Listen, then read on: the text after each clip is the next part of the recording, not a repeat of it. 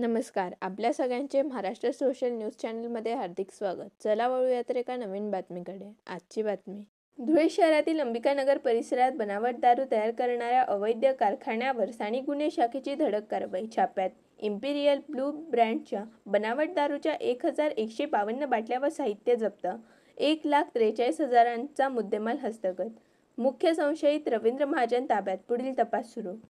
9 April रोजी गोपनीय माहिती मिळाली होती की चंडिका हॉटेलच्या मागे अंबिकानगर येथे बनावट दारूचा कारखाना सुरू आहे.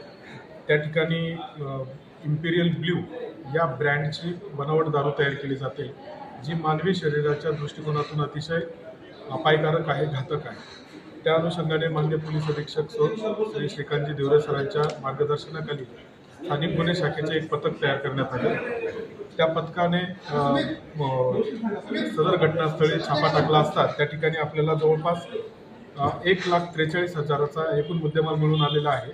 त्यामध्ये स्पिरिट, त्यानंतर बॉटल्स, त्याचे इम्पिरियल ब्ल्यू नाव असलेले त्याचे झाकण, अशी सर्व साधन सामग्री त्या ठिकाणी मिळून आलेली आहे.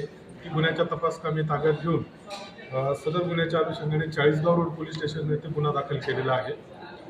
या गुन्ह्यातील प्रमुख आरोपी रवींद्र रमेश महाजन, राहणार दसरा मैदान, सहजीवन नगर, धुळे, यासुद्धा ताब्यात घेण्यात आलेले आहे. याच्याबरोबर अजून काही याचे साथीदार आरोपी आहेत का, त्याचा तपास सुरू आहे. तसेच यांनी ही दारू तयार करण्यासाठी आवश्यक असलेला मुद्देमाल कुठून विकत घेतलेला आहे याचा तपास सुरू आहे. बातमी आवडल्यास चॅनलला लाईक व सबस्क्राईब करा व दररोज अशा नवनवीन बातम्या पाहण्यासाठी चॅनलला फॉलो करा. धन्यवाद.